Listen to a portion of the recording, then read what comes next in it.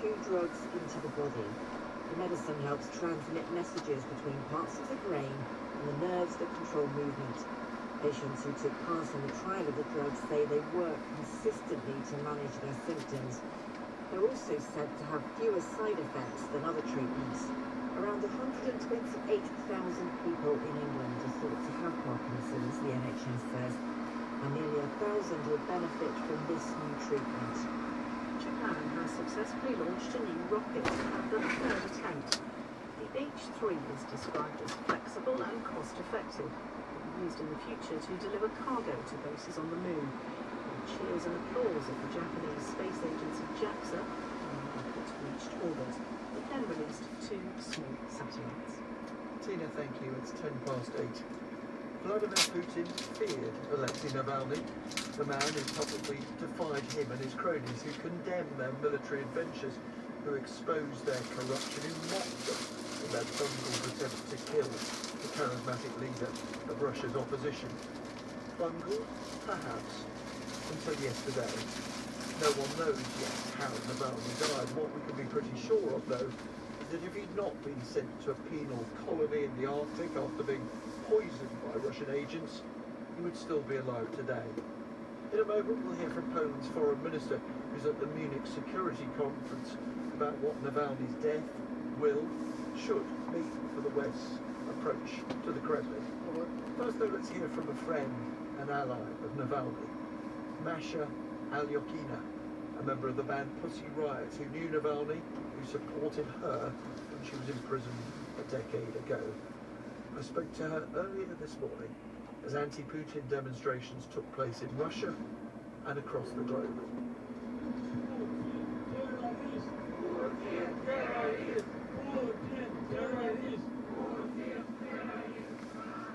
I won't say good morning because I imagine for you, Masha, for so many Russians, this is not a good morning.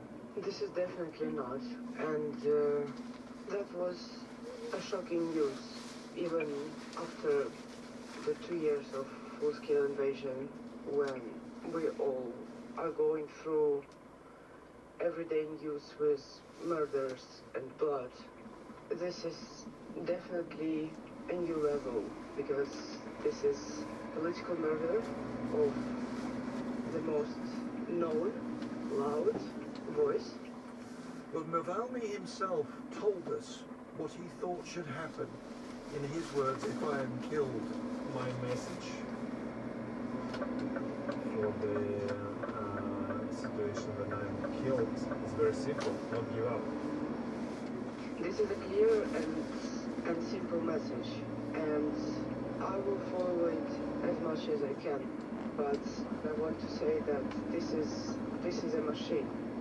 It's a machine which is killing people for many years.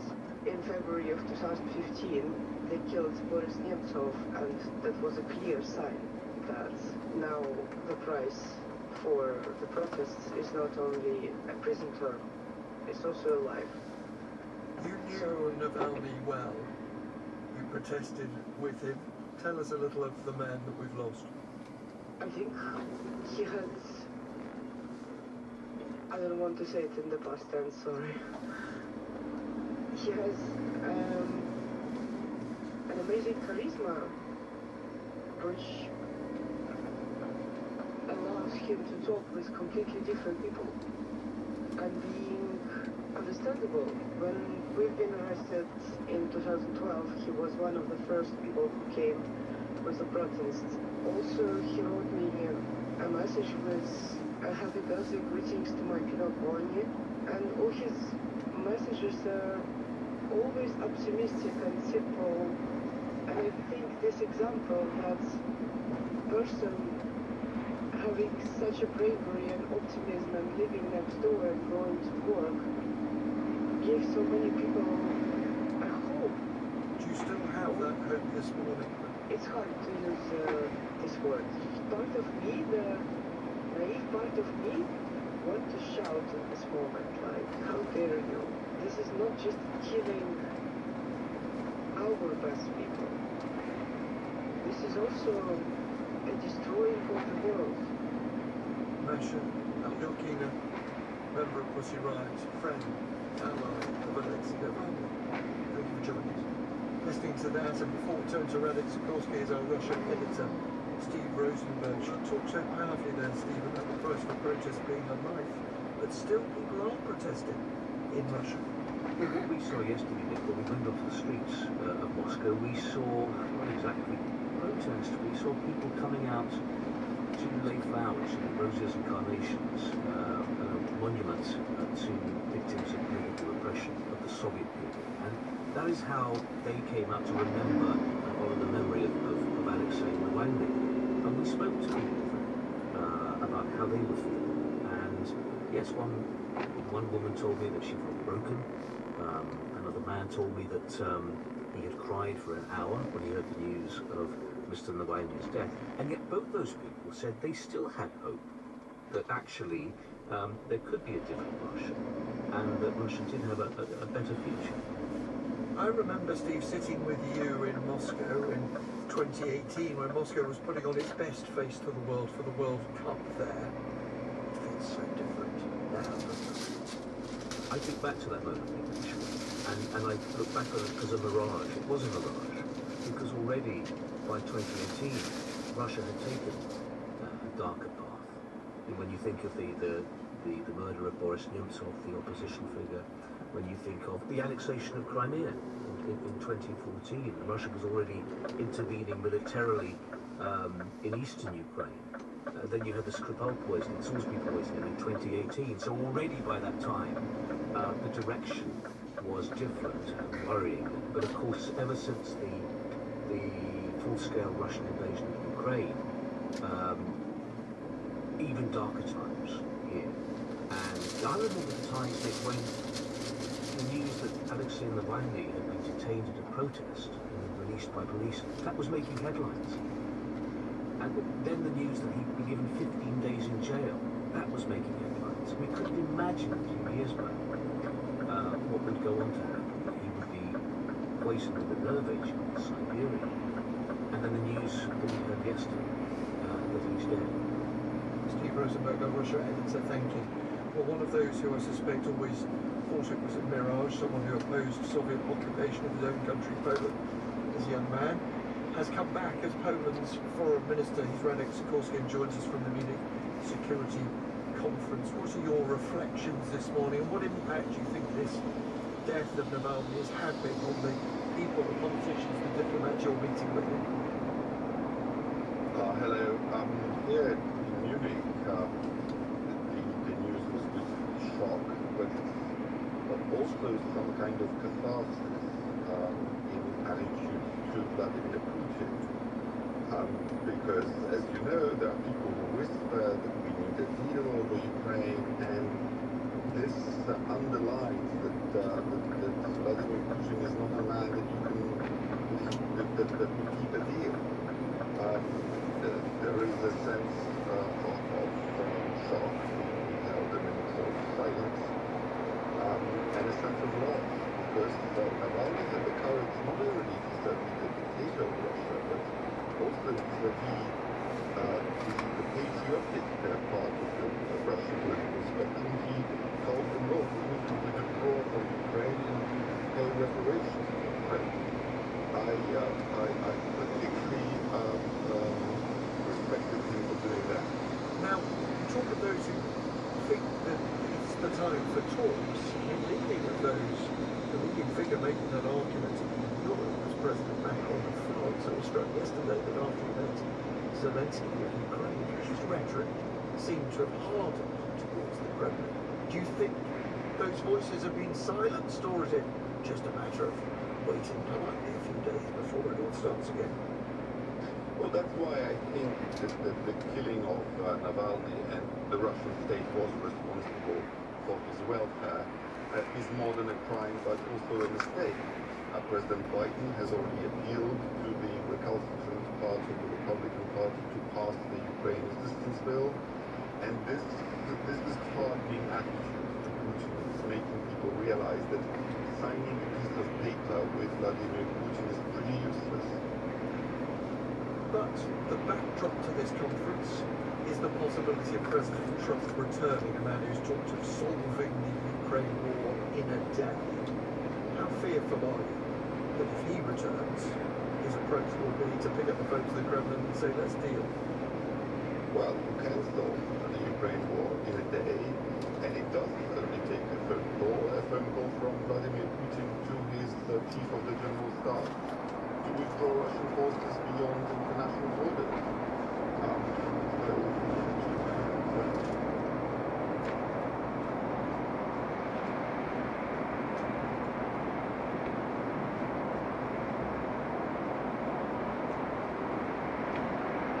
Says enough is enough. Well, President Trump doesn't yet have the nomination of his party, and he hasn't won yet. Poland wants to have the best possible relations with anybody who is in charge in Washington. But we need this Ukraine package. Putin may not be allowed to conquer Ukraine because then the cost of deterring him will rise exponentially. We're talking on a morning in which Ukraine has withdrawn its troops from a crucial battle time, crucial at least symbolically, of Avdiivka. Does it worry you that without more ammunition there will be more withdrawals, there will be more defeats? We are ramping up ammunition production in Europe. Factories in Norway have gone to 24/7 production. In Poland we are ramping up as well. These are Pyrrhic victories by Putin. He's sacrificing tens of thousands of his soldiers to conquer towns that don't necessarily have a great strategic value. They have symbolic value. At the same time, he's lost control over the Black Sea. Ukrainian grain is flowing to international markets. And attitudes in the West are still to stay the course. As you know, there are difficulties in the US Congress, but actually the majorities in both American parties support help in Ukraine. So if I could put to you the question that I put to Masha from Pussy Riot, do you still have hope on this morning? I think that Russia only reforms itself after she loses a major war. Crimean War, Russo-Japanese War, World War I, Cold War. And Alexei Navalny will now be an icon of the dream of a better Russia. And if Putin loses this war in Ukraine, which he should, then there might be hope for Russia becoming a more normal country, investing in its own people rather than conquering neighbors. Radek Sikorski, Poland's foreign minister, thank you very much for taking the time to join us. It is 22 minutes past 8. In the last hour, Nick was talking about Billy Connolly, legendary comedian. In this hour, let us talk about another one who is sadly no longer with us. The legendary comedian Barry Humphries died nearly a year ago. Today, though, would have been his 90th birthday. But his most famous creation seems somehow immortal. Here's Dame Edna on the Graham Norton Show.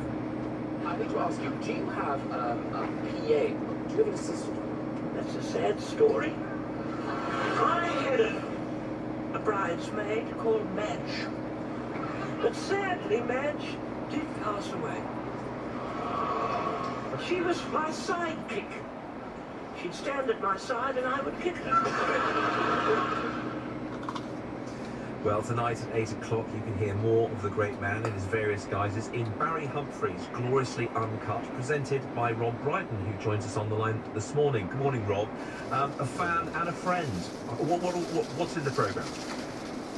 It's a very well-made, really deep look at Barry, because there have been, many tributes since he passed away.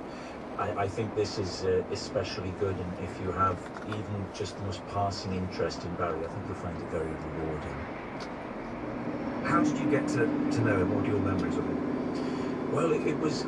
I grew up, as a sort of an aspiring comic performer, and he really was the gold standard, the way he would inhabit a character. And there was something very glamorous and mysterious about Barry.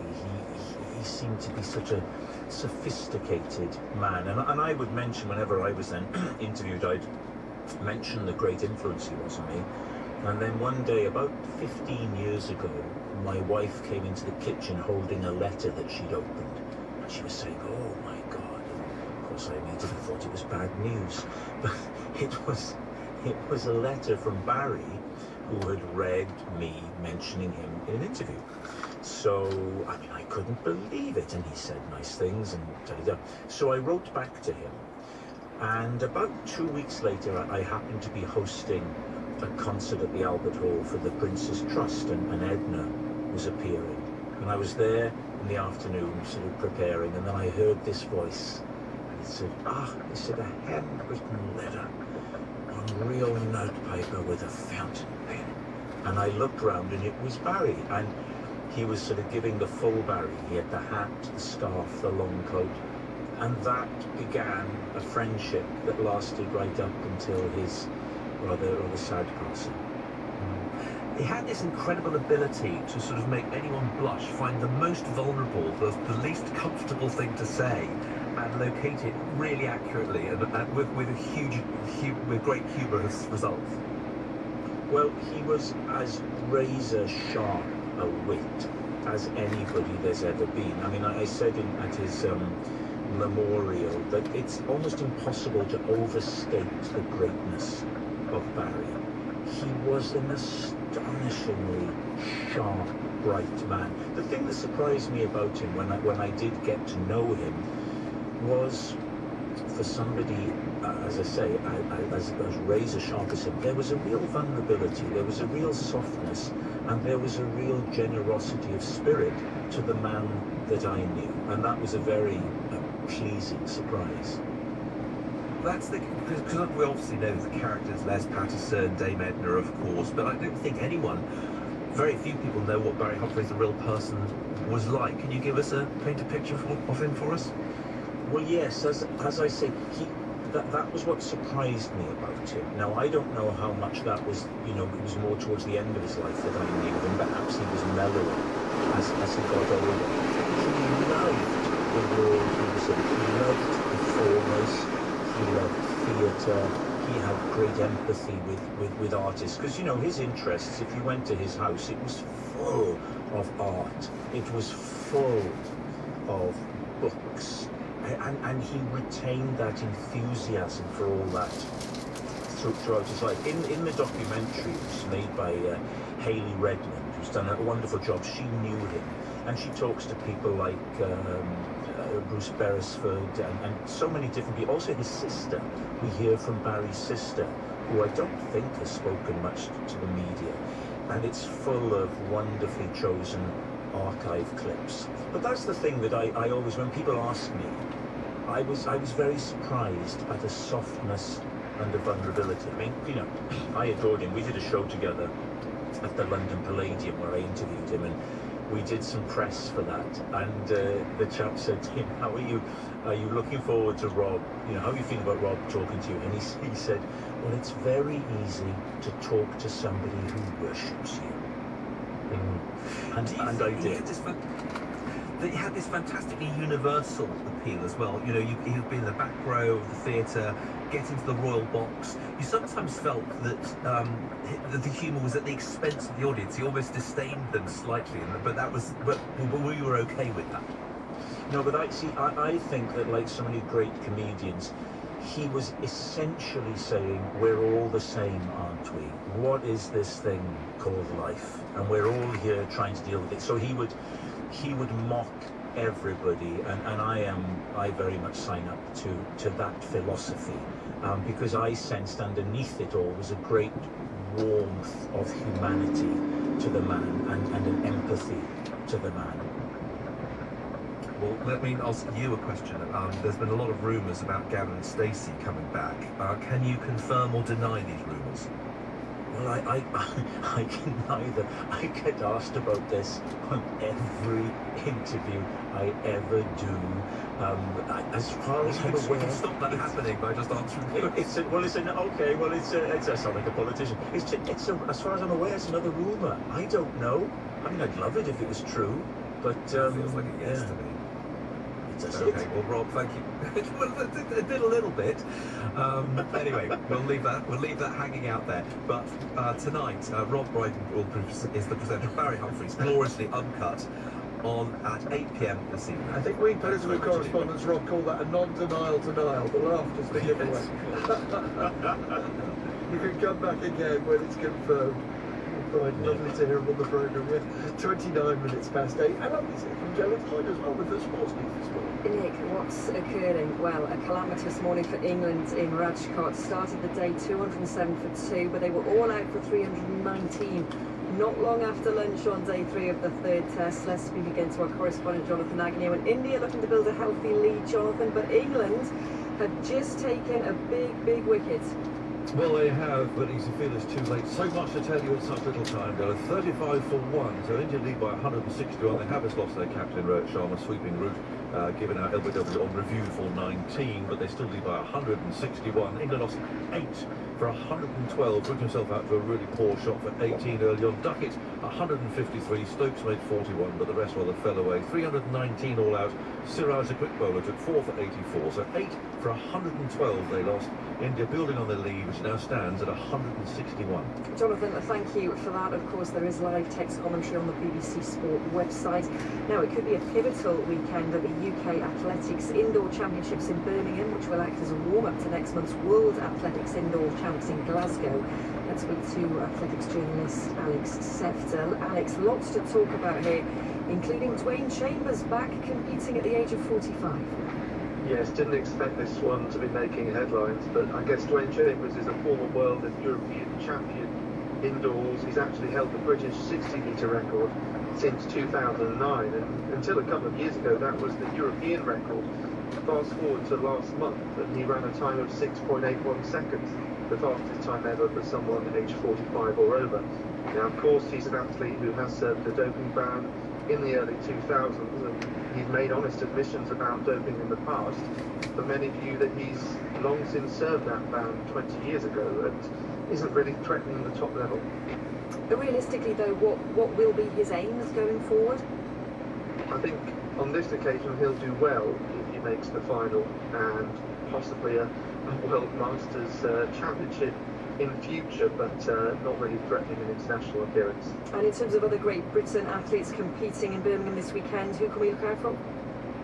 Yes, well, Laura Muir goes in the 3,000 metres, and effectively for her, and then you mentioned the World Indoor Championships in Glasgow, that's on home soil in Scotland for her. She has a silver and a bronze at the World Indoors in the past, so would love a gold in Scotland. And Katarina Johnson-Thompson, of course, she features too, as she won World Pentathlon gold indoors in 2018 when the championships were in Birmingham, and has 2 heptathlon titles since then.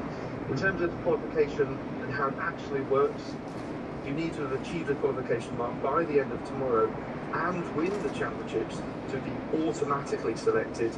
So if you have that standard and don't win the trial, things like form and medal potential could come into play. Looking forward to it. Alex, thank you so much, journalist Alex Seftel there. It is, of course, on the BBC iPlayer and BBC Sport website from 11:25. That's the UK Athletics Indoor Championships in Birmingham this weekend. A couple of other lines to bring you in the Women's Super League. Manchester City put an end to Chelsea's 22-game unbeaten run with a 1-0 win at Kings Meadow. And the 6-time Olympic champion Sir Chris Hoy says he is optimistic and positive after revealing he was diagnosed with cancer last year. Just finally bringing you your racing tips for today. The 3 o'clock at Ascot, number 1, 3 under through 5. And in the 3:15 at Haydock, number 10, My Silver Lining. Thanks, Dallas. After the 9 o'clock news, it is Saturday Live. Looking forward, here's Nikki Bailey. Our Saturday Live guests today work within 2 extremes of the human condition. The BBC's disinformation and social media correspondent Mariana Spring spends a lot of time amongst trolls and haters, whereas the CEO and philanthropist James Timpson encourages kindness and measures and cares about his employees' happiness. We also have the inheritance tracks of Antipodean comedian, TV host and Paris-standing tennis player Adam Hills. If you want to be in touch with us, email saturdaylive@bbc.co.uk and we'll be with you just after the news at 9. Nikki, thanks. Quick look at the weather. Mostly cloudy and dry this morning with mist and fog in places. A band of rain moving into western and northern areas throughout the afternoon. It's 27 minutes to 9 now. You're listening to Today with Simon Jack in Plymouth, Nick Robinson in London, alongside Tina Ritchie has a summary of the news. A Russian human rights group says police have detained more than 100 people at spontaneous gatherings to express their outrage at the death of Vladimir Putin's most vocal critic, Alexei Navalny. Demonstrations have also taken place near Russian embassies in many other countries, with protesters saying President Putin has blood on his hands. Masha Alyokina from the band Pussy Riot, who was also jailed and was a good friend of Mr. Navalny, said his bravery had been giving the Russian people hope. Ukraine's new military commander says his troops have withdrawn from the frontline city Avdiivka, which Russia has been trying to capture for months. Officials said the decision was taken to preserve the lives of soldiers. Donald Trump says he'll appeal against a fine equivalent to more than £280 million for lying about his businesses. A judge in New York found he'd unlawfully inflated his assets to secure cheaper loans and insurance. And a wearable drug pump that delivers medication to Parkinson's patients 24 hours a day is being rolled out by NHS England later this month. It's hoped the device will help people to better manage their symptoms. And we'll have more on that in the next half hour. Thanks very much indeed to Tina. Let's have some unadulteratedly good news. Energy prices are headed lower. That's according to the forecasters at leading energy analyst Cornwall Insights. The typical annual household bill, they say, could fall by nearly £300 when the regulator Ofgem announces the new price cap that will apply from the beginning of April. Energy, of course, was the thing that drove inflation up so quickly in the aftermath of Russia's invasion of Ukraine. So does that mean the inflation dragon now has been slain and that interest rates can start tumbling too? In a moment, we'll get the thoughts of the economist Mohammed El-Arian. But first, Kate Mulvaney is principal consultant at Cornwall Insight. Good morning to you, Kate. What makes you so confident that energy prices are on the way down? Good morning. The overall energy price rises were largely driven by higher wholesale costs, so the cost of the gas and electricity itself rather than, for example, the cost of transporting the gas and electricity via wires or via the pipes, or any of those other costs that go into making up energy charges. Now, those costs were what drove the prices up high last year, and recently we have seen those prices reduce and become lower and lower. And that is largely what is affecting the price that people pay on their bills and the upcoming price cap. And this would be, what, the lowest for 2 years? Where will prices settle compared to where they were, for example, before the invasion of Ukraine? So the price that we're forecasting for the April, May, June period is a little over £1,600 for that average household that you mentioned. Of course, the amount that people pay varies by the amount of energy they use. Now, compare that to before the price crisis, where that same average household might be paying just over £1,000. It's still significantly higher than people would have been paying then. But equally, if we compare it to the market at its peak last winter, the equivalent would have been more than £4,000 had there not been government intervention. So we've seen significant movement. Prices are lower than people have been used to recently, but they aren't back yet at levels that were normal for the period before the crisis. Well, it obviously drove a lot of prices higher for the reasons you suggested. Mohammed El-Arian, economist, is on the line. Mohammed, does this mean that now the energy prices are going down, inflation will follow suit? It has been a little bit already, but there were some second-order events. People started asking for more wages, and wages are still going up at 6% plus in the UK, which has got the Bank of England a bit worried before they start lowering interest rates. Yes, you have two dynamics going on, Simon. One, as Kate mentioned, energy prices are coming down and will come down sharply, and that will lead to the inflation rate, which was 4% in January, going down to 2, if not below 2% in the second quarter. That is the good news. If you then go forward from there are underlying inflationary pressures, especially in the service sector, where inflation is 6%. And most people think that after going down to 2% or below, the inflation rate for the UK by the end of the year will be closer to 3%. So think of a truncated U or a backward J. We come down sharply, and then we start going up a little bit. Does the fact that we've got confirmation that the UK entered a shallow recession at the end of last year, does that affect the Bank of England's thinking, saying, blimey, if the economy is actually now contracting, maybe we should bring forward cuts to interest rates to give people more opportunity to, businesses to borrow and spend, and same for consumers? They will be torn. On the one hand, we are in a technical recession, meaning 2 quarters of negative growth. But on the other hand, they're starting to see what they call green shoots in January. So retail sales, for example, this week came in much stronger than people expected. So I think that on a net basis, they're going to say the growth is flattish, and they're just going to focus on the inflation dynamic. In a way, isn't it remarkable we haven't had a bad recession already? In a way, we've reversed 15 years of near zero interest rate monetary policy in about 2 years. This is about as soft landing as we could have hoped for, isn't it? Thank you for bringing that up. So there's a couple of things that haven't happened. We haven't fallen into a deep recession. And we haven't seen the unemployment rate going up. That's a good thing. And also, we haven't had any major financial disruptions.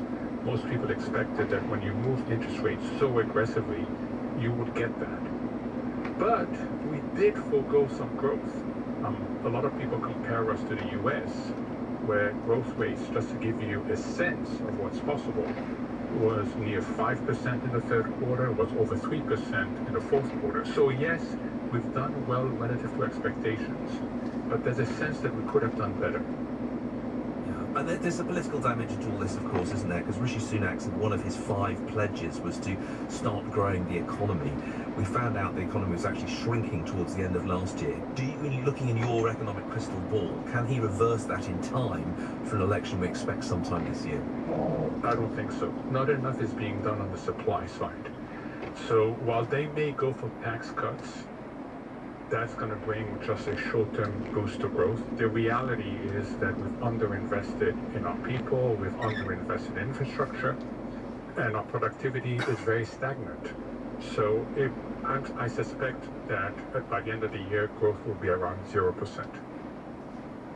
And we're looking forward to the budget, which is on the 6th of March. There's enormous pressure on the Chancellor to deliver tax cuts. But that would have to come at the expense of spending on some key departments? Spending less than they would have. So think of tax cuts as being politically urgent, but not economically urgent.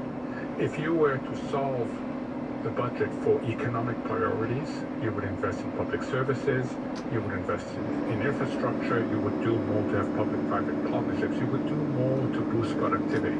That's what we need from an economic perspective, but politically, the temptation to go for tax cuts is very high. Mohamed El-Erian, an economist, and before that, Kate Mulvaney from Cornwall Insight, the independent energy researchers. Thank you both. 18 minutes to 9. Let's just have a quick look at the papers, and it confirms what Mohamed El-Erian was saying there about the political pressure that is on the Prime Minister and the Chancellor to cut taxes. The front page is dominated by the death of Alexei Navalny. We'll talk more about that in just a second. But inside the papers, lots of analysis of those 2 Labour by-election wins, and the Conservative papers are united in what they think it means. The Telegraph in its editorial says there's a watertight case for the Tories to announce major tax cuts in the spring budget. He must slash taxes, says the Sun, so people have more money to spend. The economy can begin to grow again. Give us some hope, PM, says the Sun. The Mail says Sunak can't afford to waste another second, and says short applying people with mind-altering drugs. The answer for the Conservatives must be to return to true blue principles, but of course not without problems. Simon, in The Guardian, it points out the Tory factions are pulling Sunak in opposing directions. Quoting Damien Green, the leader of the One Nation caucus of the Conservative MPs, saying, if we attempt to become the Reform Party, we'll get the Reform Party's level of support. It seems politically disastrous to me. And just following up on that, in the Daily Mirror, they say the lesson for Sunak is that voters have had enough of his tired, tin-eared, incompetent government. The paper asks what it will take for him to realise the country wants a general election now. As you say, the Guardian there says the government is in terminal decline. But, of course, there's no getting away from the big story of the day, which is the Navalny death. Murdered by the Kremlin is the headline in the Eye. Fierce Putin opponent Navalny dies suddenly in Arctic prison, says the FT Weekend. And the Mail front page, Putin will pay for what he did to my husband, quoting Alexei Navalny's widow. It was Yulia Navalny who spoke so quickly after the news of her husband's death. She was speaking at the Munich Security Conference yesterday. I was thinking for a long time, what should I do? Should I go here or should I fly straight to see my kids? But then I thought, what would Alexei do if he was here? And I'm sure that he would have chosen to be here, to come to this stage.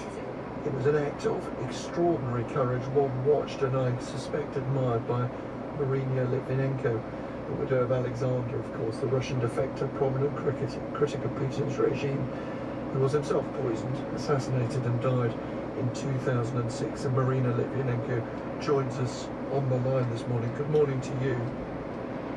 Good morning. I imagine that you, as you watched Yulia Navalny, must have seen the parallels with your life, the parallels with the death of your husband. It was very difficult to see Yulia yesterday and felt exactly what I felt now, almost 18 years ago. And then I didn't think it would be anybody go through the same experience what I had, losing your husband in front of all world. But after all what we did during 10 years, I believed world